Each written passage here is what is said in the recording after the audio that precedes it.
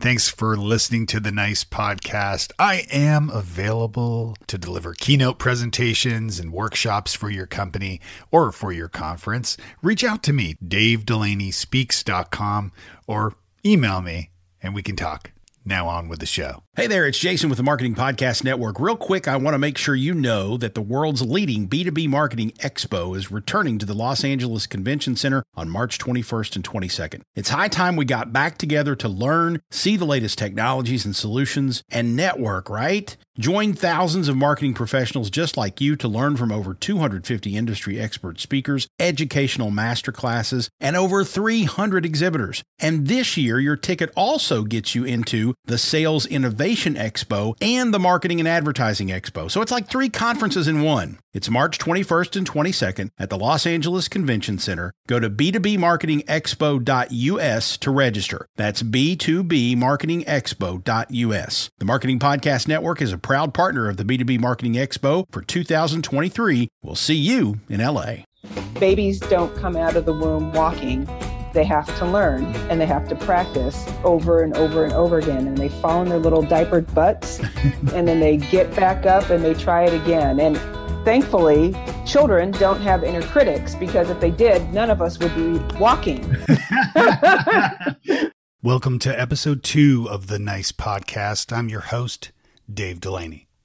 One of the key areas I speak on in my presentations and workshops is self. You can't become an effective leader without first focusing on yourself. Today I'm speaking with Denise Jacobs. Denise is a popular keynote speaker, workshop trainer, and consultant. She is the author of the acclaimed Banish Your Inner Critic, which is the premier handbook on silencing fears and self-doubt to unleash creativity and help people do their best work. I should note here that Denise and I spoke quite a while back, so there might be a few older references in this recording, but everything Denise shares is still totally relevant. You're going to learn how fear is a choice, about the Dunning-Kruger Effect, negativity bias and fear conditioning, and ways to use meditation and mindfulness to banish your inner critic. And she's spot on, by the way, because since this recording, I've adopted a daily meditation practice that I deeply enjoy. So you can really get a lot from this. Last quick point here. My microphone had some sound quality issues. I'm still learning, but you can understand me just fine. And more importantly, Denise sounds great. And she's the most important person here. And so without further ado, here's Denise Jacobs. Nice. Nice. Nice. Nice. Nice. Nice. Nice. Nice with Dave Delaney. You're such a dynamic speaker. I loved watching you present for the Adobe Max conference not too long ago. Yeah. Yay. You did a great job. Thank you. Yeah, it was fun. And I'm going to make sure to link the video in the show notes of this episode for sure, so folks can watch it because it's great. During your presentation, you said our heads are our biggest block. How do we get out of our heads, and how do leaders get past this sort of negative self-talk? Yes. So there's so many ways to do it. One of the things that I like to encourage people to do is to kind of first just to get in touch with those voices at all, right? Like, because some people are just, it's actually funny. I just was at an event last month, and a few people in the audience were just like, I don't really think I have an inner critic, kind of at the beginning of the, when I first started. And by the end of it, they were like, oh, okay, yeah, I have moments, right?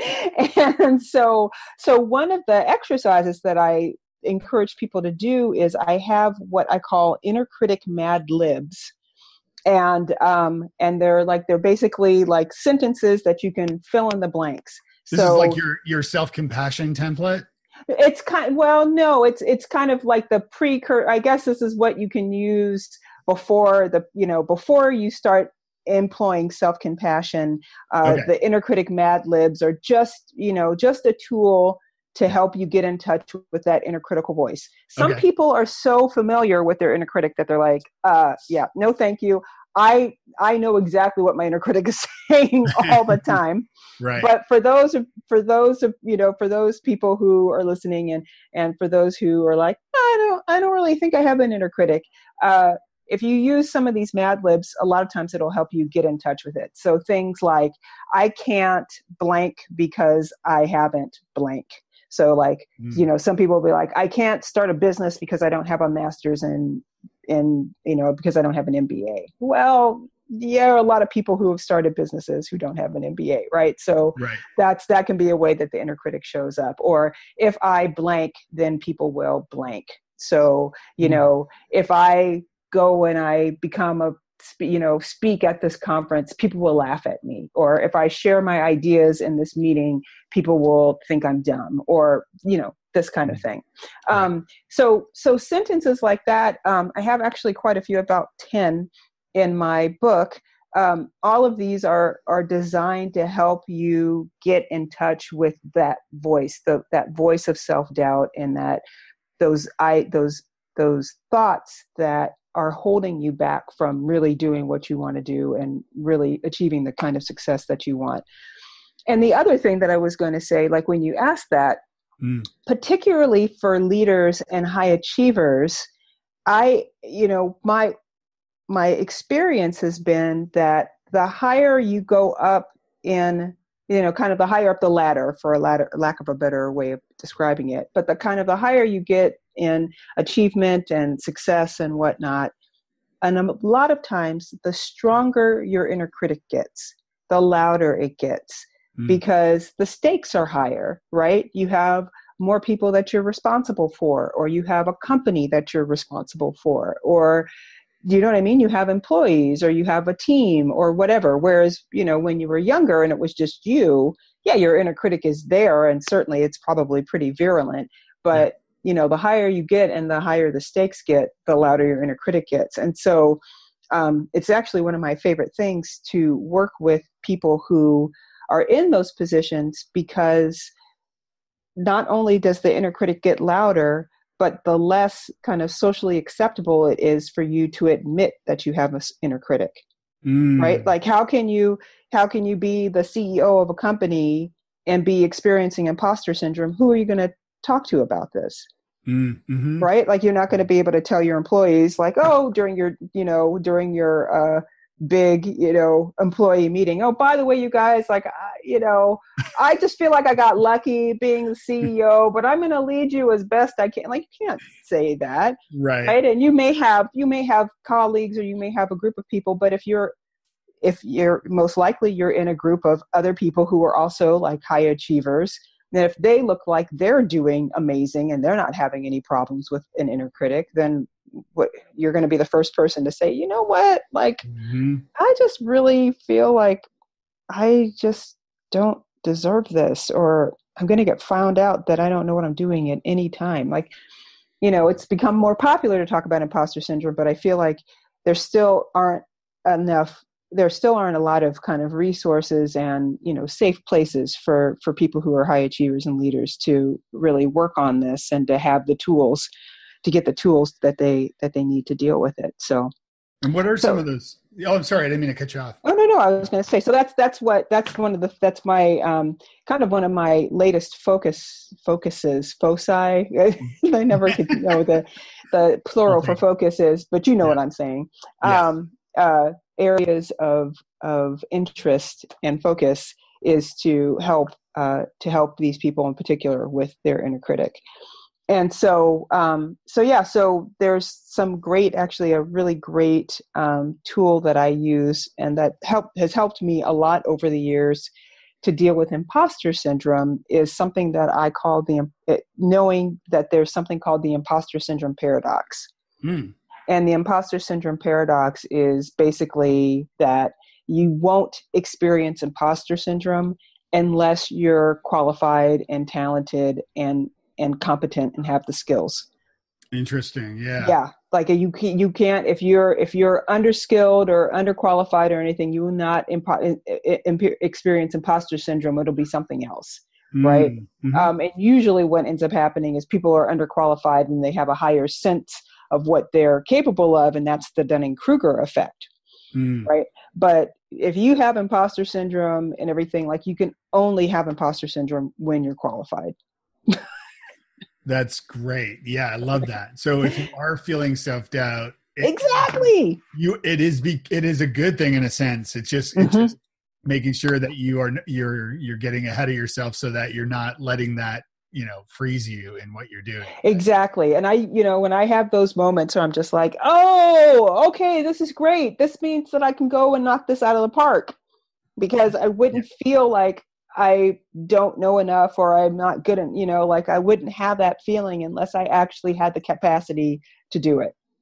And it's funny because writing my last book, my first book and my last book, I went through like heavy imposter syndrome and self-doubt.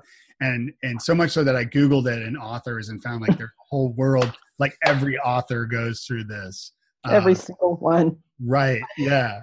This book, my new book, is each time, and I'm not saying that I'm not going through self-doubt, because of course it happens, but I'm a lot better at telling myself like, shut up.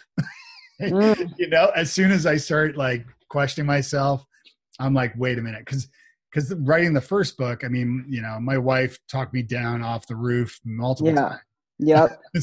So, yeah. And, honestly, the thing that led me to starting to look into the inner critic and research it and, come up with this whole idea of banishing your inner critic and everything was when I was writing my first book, and I was like paralyzed for the first 2 days that I was supposed to be writing my book. I was literally paralyzed with self-doubt and inner critical thoughts and all this stuff. I did not realize at the time that that's what it was called and that's what was happening. Right. But I mean, I cried on my couch for 4 hours each day. Oh my gosh. Yeah. Just sobbing, like, I can't, and what do I know, and who's gonna, and I'm not good enough, and what if I'm not a good writer, and all this stuff. And all of it, the thing that's so funny about it, I was like so paralyzed by all of this. And it was all speculation. Like none of it was founded in anything that was actual or true or real. The fact of the matter is that I have written things before in the past and they were well received. A. B, I can do research. I've done lots of research before. I'm not, like none of what I was doing was actually going outside of the purview of what I was able to do. None of it. Not one bit of it was anything that I hadn't already proven that I could do independent, in and of itself. Sure. So it's just so funny that the kind of magnitude and the kind of how we aggrandize the process of writing a book. I mean, I'm sure people have said this to you, like, oh, I'm thinking about writing a book. I'd love to talk to you about it. I'm like, it's like writing a bunch of different articles that are all related to each other. Yeah. And so that, like, I was like, if you can write a letter to somebody, if you can write an email to somebody, you can write a book. It takes longer. It's just writing a whole bunch of emails. Yeah. Right? That are all related to each other. Yeah. I'm a slow reader and I often get down on myself because I've gotten a lot better at this over the last couple of years, but even before that, I just didn't read as much as I should be. And my wife she's a librarian. She reads constantly. Like I'm always jealous that I'm like, how are you doing? How do you read so much? But, yeah. And in doing that, I just feel that like, I just set myself a goal and started doing it. And you just start doing this stuff. You just get past this, like, oh, I'm a slow reader. It's like, no, I'm going to do it. Or I can't write a book, but I can do it, and even with reading and your analogy with emails and writing a book is a good one because it makes me automatically think of like, my wife pointed out, she's like, you read articles online all the time, right? Right. I'm like, well, yeah. And you read emails? Yeah. She's like, you are reading. You're probably reading more than I am. I'm just not reading in like book form. Now, I mean, I have been over the last couple of years a lot more. So yeah, it's funny when you put it in perspective that way. Mm-hmm. So you wrote in your book, the greatest weapon against stress is our ability to choose one thought over another, which I love. Yes. What are some tips on choosing, making the decision on what thoughts, to focus on? Okay, so so I have an exercise that I do with my audiences, and also when I'm doing keynotes, and also in workshops, but it's actually really great with a lot of people doing this at once, because everybody kind of gets that aha moment at the same time. Yes. So what I have people do, and you can do this too, we'll do it together, is hold up both of your hands in front of your face, Right. like palms facing your face. Okay. And just like focus on your left hand, and focus, like put all of your attention, like really look at your palm and your fingers and the shape and everything. And then imagine that your left hand is holding all of the negative thoughts that you don't want to think anymore. Right? I can't do it. I'm not a fast reader. Writing a book is difficult. I can't lead this team. I just got lucky. All of those things. All of those thoughts, imagine that you're holding all of those thoughts in your left hand. And then I want you to very slowly just shift your attention from your left hand over to your right hand. And take all of your attention, put all your focus on it. Look at the shape of your hand and the lines on your hands and everything. And then imagine that your right hand is holding all of the positive, self-supportive thoughts that you want. I can do it. I'm really good at what I do. I'm totally competent and skilled, etc. Now that you're so focused on your right hand, is your left hand still there? Yes. Do you care about your left hand now that you're so focused on your right hand? Yeah, not so much. Not so much. Right? Yes. And so I love doing that because it's a very physical, visceral thing. Yes. And people always see that they're just like, oh my God, I totally forgot about my left hand. Right. And I'm like, yep. It is amazing. Yeah. That's because it's all about attention and focus. And attention and focus has actually been called the gateway to neuroplasticity. And so when you shift your attention and you place your focus on a thing or a set of thoughts or whatever, you actually rewire your brain. Like that is the beginning of the process of you rewiring your brain. It's deep. Yes, that's amazing. So that's what that's the key. And I tell people, if you need to like forcibly make yourself shift your thinking, put your hands up and imagine that all the things that you don't want to think, that you're like tired of thinking about, that are really harmful, are in your left hand.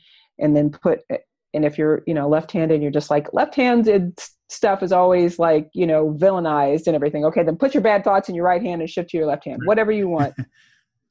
I know left-handed, I know a lot of lefties in my life, and I'm just like, I get it. So, and then, imagine that your positive thoughts on the other hand, and then make yourself actually turn your head and look at this other one and focus on this other hand. That's and awesome. Yeah. And it's a great tool. It's a great way to, like I said, to make it physical, not just this mental exercise, but this mind-body connection that you can leverage.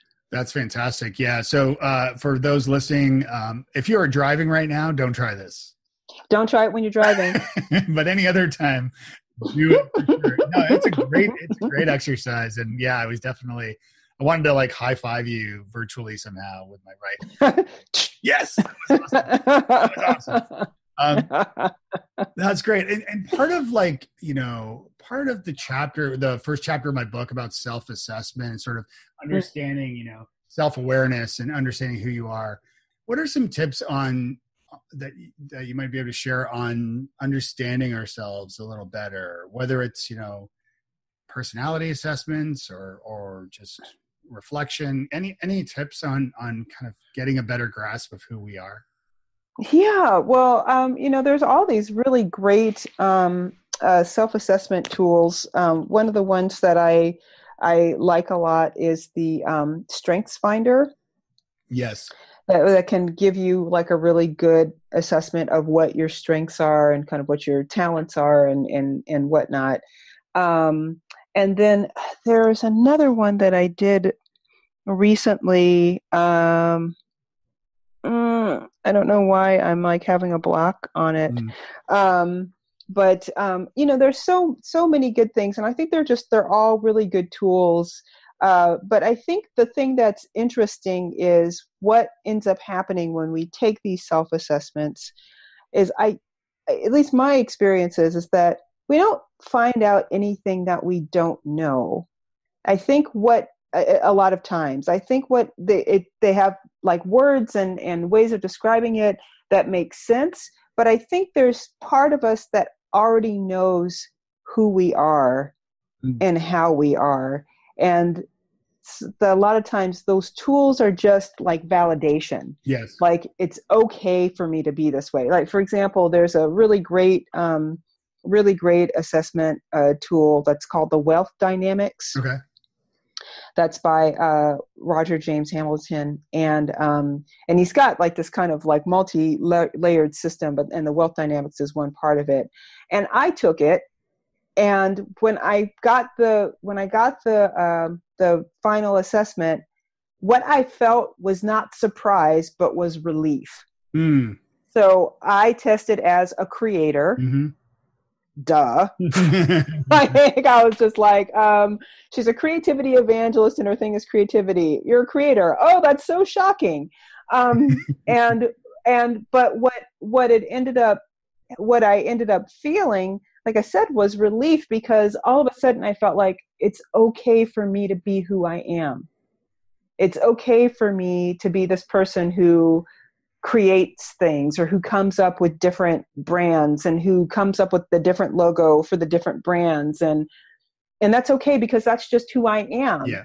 But before I took that test, even though I go around and I teach creativity and I, profess to be creative and all this stuff, there was still part of me that believed that I should have been something different. Like I should be more business minded, or I should be more strategic, or I should be better at sales, or all this stuff. And when I took that, I was like, no, I shouldn't. I should hire people who are good at that stuff. Yes. I should be a creator, because that's who I am. I love that. Do you know what I mean? And so I love the assessment tools, but I love them for more of a kind of, like I said, from a validation standpoint rather than a discovery standpoint, because I think that's really, and I was talking to somebody else, actually. I was talking to an Uber driver. I was in San Francisco, and the guy had gone back. He's going back to school to be a product manager. And I said, oh, that's really interesting. He said, yeah, I was a operations manager for a long time, and this and this, but then I worked on a project, and we were actually developing a digital product and blah, blah, blah. And I loved the process. And I was like, oh, that's really interesting. And then we got into like, well, what would you have done if you had known this when you were early? He was like, oh, I wish I had known that I was good at this earlier. And I was like, well, what were you interested when you were in high school and teenager? And he was like, oh, I actually was really interested in computers, but I decided to do business administration in school instead. And I'm like, what? Like, why would you do this? Like, why would you think? He said, I somehow I thought that I wouldn't be good at programming, or I wouldn't be good at this. And I was like, and now he's taking programming classes and he's loving them and he's doing well with it. And I was just like, and I thought to myself, it was always there. It was always there. He talked himself out of something that was always there. And now he's coming back to it because it's always been there. I love that. And I'm a big believer in, I've got two kids. They're 12 and 13 now. And even when they were babies, the way they behaved as babies, I could tell how they were going to be. Like my son was really kind of laid back and kind of quiet, didn't cry too much. He was pretty, cool and, just pretty chill. In fact, there was a photo we had when he was like from the ultrasound where you could actually see his little thumb was up. Like he was kicked back with his thumb. I kid you not. It was crazy. And so And then my daughter came out and she was just a complete like spaz, like just screaming and keeping us up late at night and just hilarious as well. Like a total goofball. Like she's like me, more of the extroverted leaning person. And my son's definitely more like my wife, more introverted and yeah, just more, it's really fascinating, even as babies. So, and following, you know, I've done a lot of personality assessments and things, you know. My dad was a headhunter about 3,000 years ago or so, back in the 80s. And he did a personality assessment on me when I was like 19 or 20 through his business. And he found it, and I actually have a copy of it.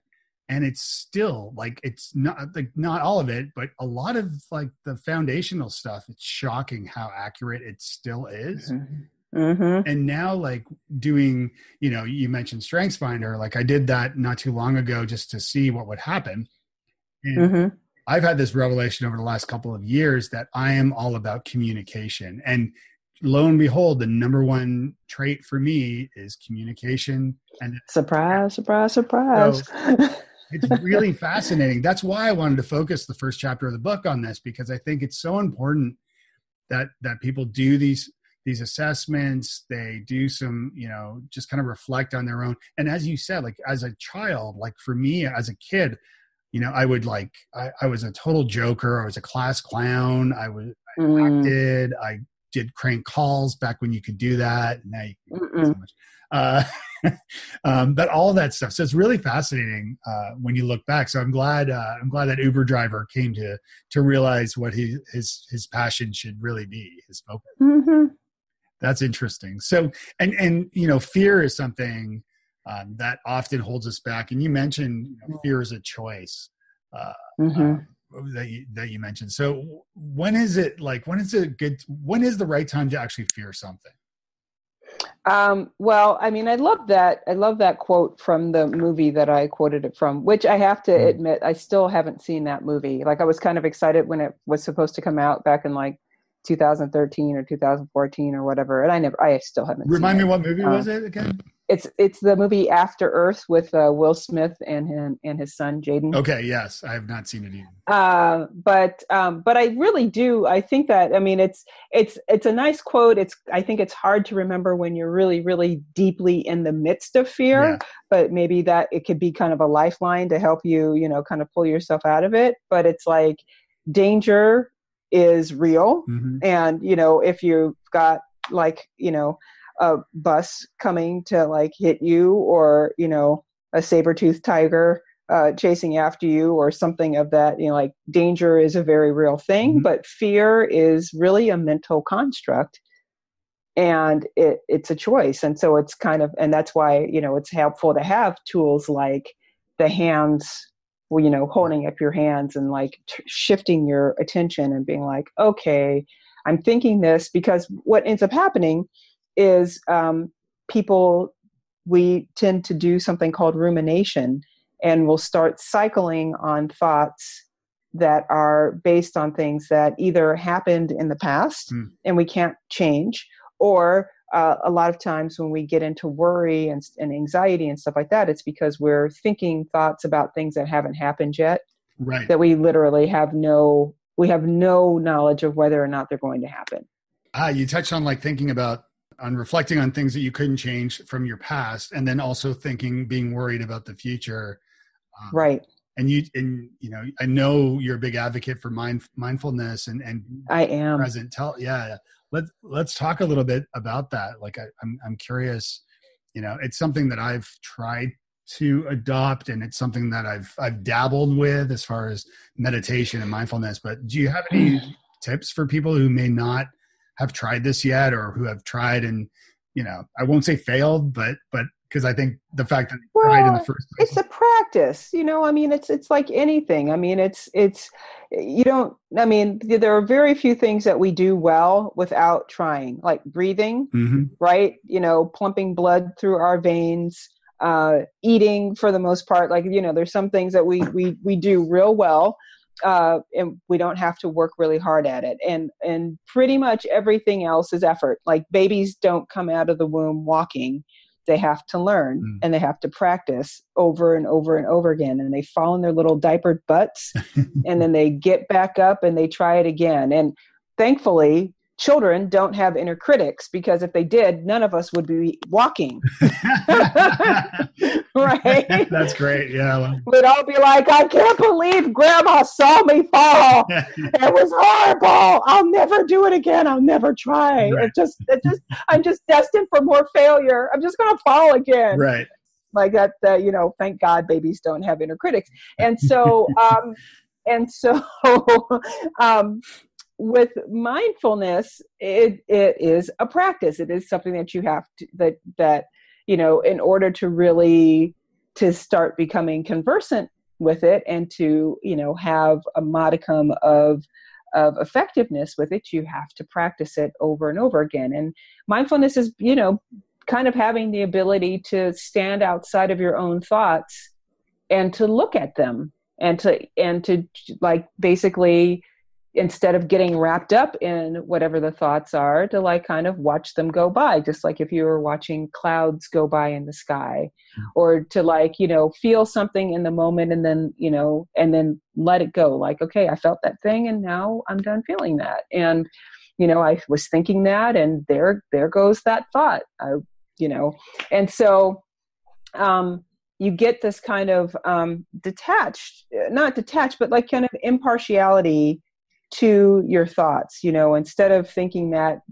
one thing that you're thinking is the absolute utter truth, or it's the only way of thinking, or it's the only way of doing something, that you can say, okay, well, that's one thing. Like one, I've had this experience, and I'm sure other people have had this experience, when you've been very, very emotional about something, very upset or very emotional in some way, and there's part of your brain or there's part of your mind that goes, oh, look, I'm really emotional about that right now. Mm-hmm. Right? Like, I'm really crying my eyes out, or I'm really, really happy and excited. Like there's kind of part of you that's this outside observer. And if you kind of step into that place more often, then that's kind of like the beginning of you practicing mindfulness. That's good. Yeah. And the nice thing about that is that from that standpoint, you can start to choose which thoughts are the ones that you really focus on. Do you feel that are there programs or apps or anything like that you recommend for this too? To do? Yeah. So one that's really popular for like meditation and mindfulness is called Calm. Okay. Yes. Yeah, and that one is a really popular one. I mean, in all honesty, I am, despite the fact that I've been in the tech industry for a long time, I tend not to use tech and apps and tools for practices like mindfulness and meditation. I tend to use, I like just old school. I like sitting down and meditating. Like I like actually, making the effort to manage my thoughts, to get in touch with them and everything. I actually did a meditation retreat, 12-day completely silent meditation retreat, where I learned how to do Vipassana meditation. And I have to tell you that it was one of the best, like, consecutive 10 or 12 days that I've ever had in my life. Like, it was just so great to learn this process and to really get in touch with my thoughts and to really get in touch with my body. And so when I meditate or whatever, like that's what I want to do. I want to sit for, at least 20 minutes, if not 30. And I want to just dive in, just sink into it all, and just be quiet and still. And the process I've tried before is, and continue to try, is this, just as you're describing, focusing, of course, on my breath, and then like almost even envisioning my breath going into my lungs and kind of coming back out. And then as soon as my mind starts to wander, which of course it will, because I live on the internet, and so I'm like, squirrel. But as soon as I start to think of something, the idea is to like just push it away and get back to focusing on your breath. And I suppose someone who can meditate really well can do this for periods of time where the ideas don't come in your mind, or. And what's really well, I mean, and who knows, like, also, like, there's nobody, there's no competition or race, and you don't know, people can tell you, I didn't think of anything for 30 minutes. They could be lying. Like, you never know. I mean, it's really just about, like, how do you feel afterwards? Like, do you feel calmer? Do you feel better? Does your brain not feel as scrambled and racy and frantic? Mm-hmm. Like, great, success. Did you sit down? Mm-hmm. Success. Like, was your mind? Did you have monkey mind all over the place, but you actually sat down? Great, success. Yes. Like, like, so. And the other thing is too is, like, I invite you to consider that it's not about pushing the thoughts away. It's really more of just changing your focus. Like, it's not, you know what I mean? It's not effortful. It's like, you have a thought and then you're just like, oh, I'm thinking a thing. And then you're like, let me focus on my breath again. Right. And so it's not like you're pushing the thought away. You're just like, that's great. And thought, you're there and I'll get to you later. I'm really focused on feeling the air go into my lungs and then leaving my lungs. I love that. Yeah, this has been great. I hope, and I'm going, of course, I'll include show notes where, I'll summarize all the stuff that we talked about so that there are resources. Was there anything else you wanted to mention before we wrap up today? Yes. Yeah. So a few things. Mm-hmm. So the first one is that I just got done recording a course with LinkedIn Learning. Awesome. And so the course is going to be based on my keynote and my book, Banish Your Inner Critic. And that is coming out at the end of June. So, please, if you're a LinkedIn Learning subscriber, or even if you aren't, you can just get the course. And it's about 30 videos. I don't know how long it translates into, but it's a great time and it's going to have a lot of great information in it. Yeah, that's wonderful. And then also in August, the 9th, 10th, and 11th, I am holding a speaking skills boot camp in Miami, Florida. And it's going to be great. It's called Amplify You. It's amplify-u.com. And it's going to be a great thing for people who are aspiring to speak, people who want to kind of, sink into their speaking skills a bit more and kind of start to find their kind of true speaking voice, and to have learn some really fun, interactive ways to get in touch with your speaking and to feel more confident and secure.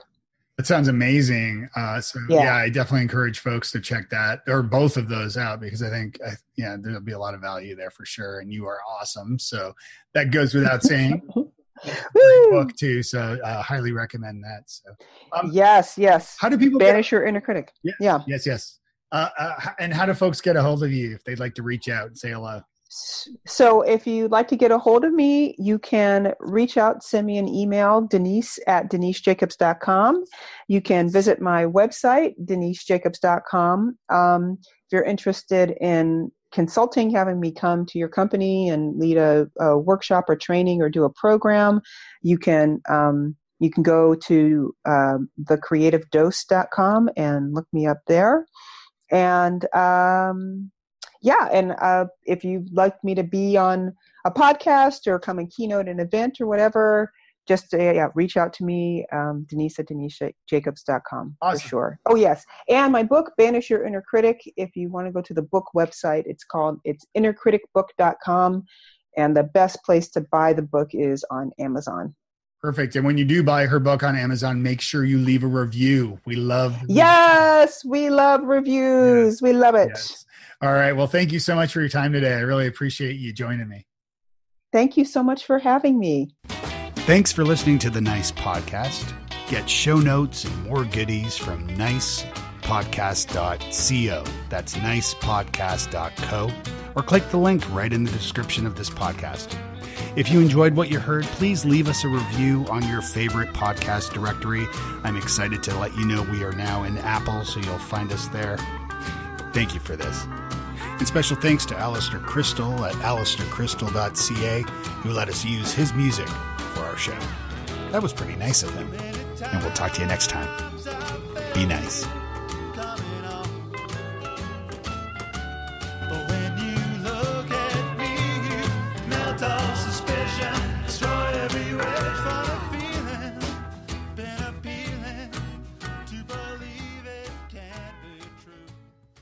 You may know you're listening to this show along the Marketing Podcast Network, but did you know there are other great shows on MPN to help your business? Colin Jeffries and Eric Reed host a great podcast called the Rethink Marketing Podcast. Colin, tell us what these fine folks will get out of listening. Well, Jason, on the Rethink Marketing Podcast, we unpack the myths, misconceptions, and flat-out lies of marketing and sales. Our listeners tell us that we help bring different perspectives to common business growth, wisdom, and advice. That's great. Where can people subscribe? They can subscribe at rethinkmarketingpodcast.com or listen on their favorite podcast platform, including marketingpodcasts.net. You heard him. Go subscribe.